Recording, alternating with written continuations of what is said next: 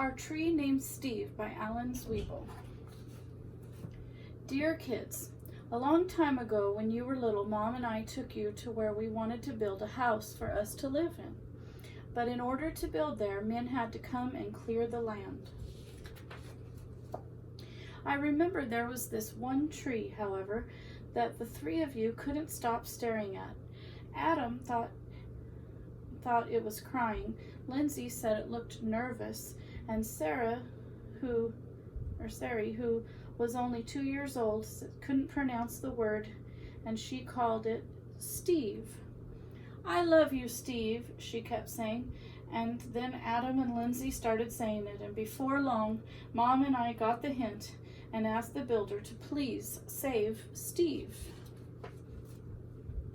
The day we moved in, Steve was there to greet us.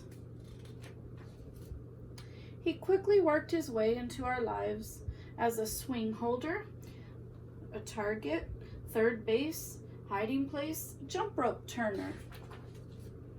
And whenever our dryer broke, he held our underwear with pride. Yes, right there in the center of our yard, this weird-looking tree grew to become the center of our outdoor life. Through all our barbecues, campouts, dance parties, or when Adam and Lindsay started getting crushes on the Simon kids next door, Steve adjusted to our every need. And it wasn't always easy standing tall through the snowstorms in the winter, or when Uncle Chester napped in the hammock.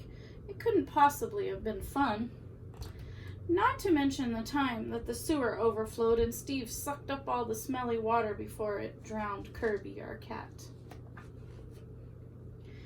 Then got so sick himself that the tree doctor had to give Steve a haircut that made him look like a big thumb.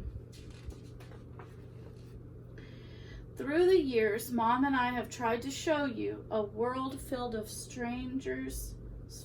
strangers, peace that comes with having things you can count on, and a safe place to return to after a hard, long trip. Which brings me to the point of this letter. Last week, a storm hit our area.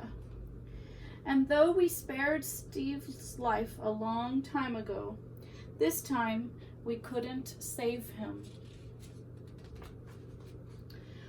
Are we sad? Sure we are.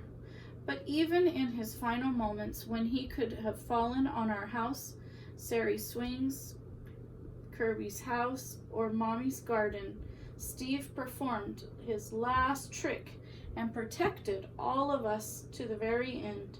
And friends like this are hard to find. So, when you come home from Grandma's next week, Steve will not be there to greet you as he's done in the past.